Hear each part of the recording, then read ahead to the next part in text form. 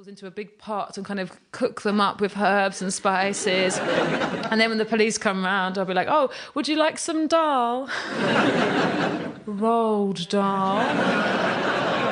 Yes, and then the police, maybe the chief, he'll think, oh, why did she say rolled dal in that really creepy way? Maybe it's a clue. And then he'd go to the library and he'd read all of Roald Dahl's back catalogue and he'd read that story, Lamb to the Slaughter, and go, oh, she pelted him to death with lentils. That's why he was covered in all those little small round circles. And then I'd go to prison and I'd deserve it. Because I think one of the worst things you can do to someone is kill them.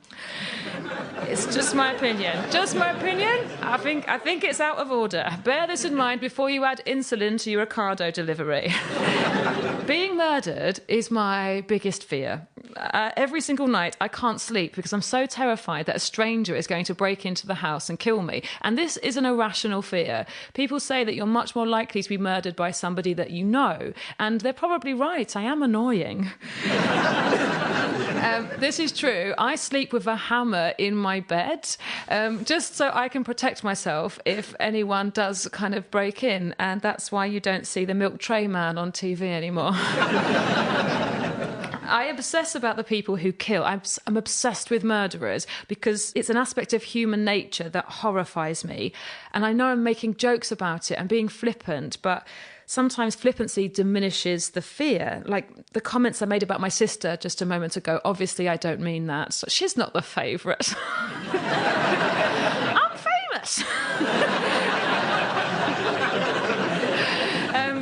With all of our wars and genocides and Harold Shipmans, I think of human beings as being the worst. I think we must be the most vicious species on the planet. But scientists compiled a list of the most murderous mammals, and human beings aren't even in the top 30. Chinchillas kill each other more than we do. So do Californian ground squirrels. And the mammal most likely to kill their own is the meerkat. Yep. Nearly 1 in 5 meerkat deaths are murder. Their police force must be very overstretched. What on earth are they arguing about? Like, insurance rates? Calm down, meerkats. Like, surely you can solve your problems by talking about them or ganging up together to eviscerate the annoying opera singer man. If any of us was to ask a scientist, like, oh, who invented murder? They will tell you that interspecies killing is a behaviour shaped by evolution.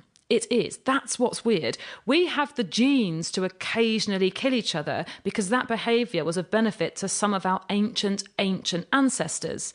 Some animals never kill each other, like porcupines, even though their skin is literally covered in weapons. The only person I've ever had murderous thoughts about is my other sister. Now, I'm not going to tell you her name to protect Cheryl's identity.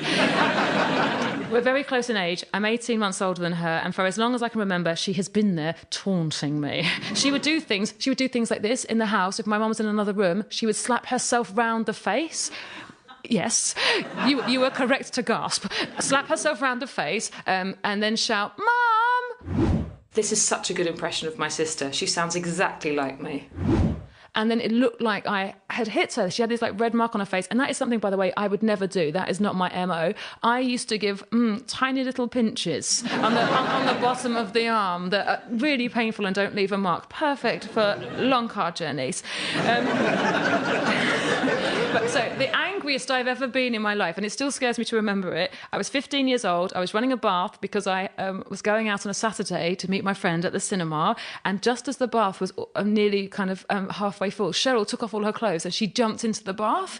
And I was like, "Get out of the bath, Cheryl!" And she was like, "Are we in it?" Which is the kind of thing, I know, it's the kind of thing she would have done because she'd done it before, because we always had to share bath water, as is common in lots of dirty families. And then, so eventually she got out of the bath, and I was so worried I was going to be late. This is before mobile phones. People left if you weren't there on time.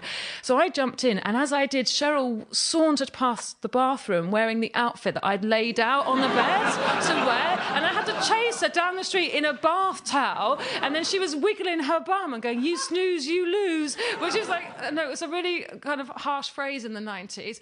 And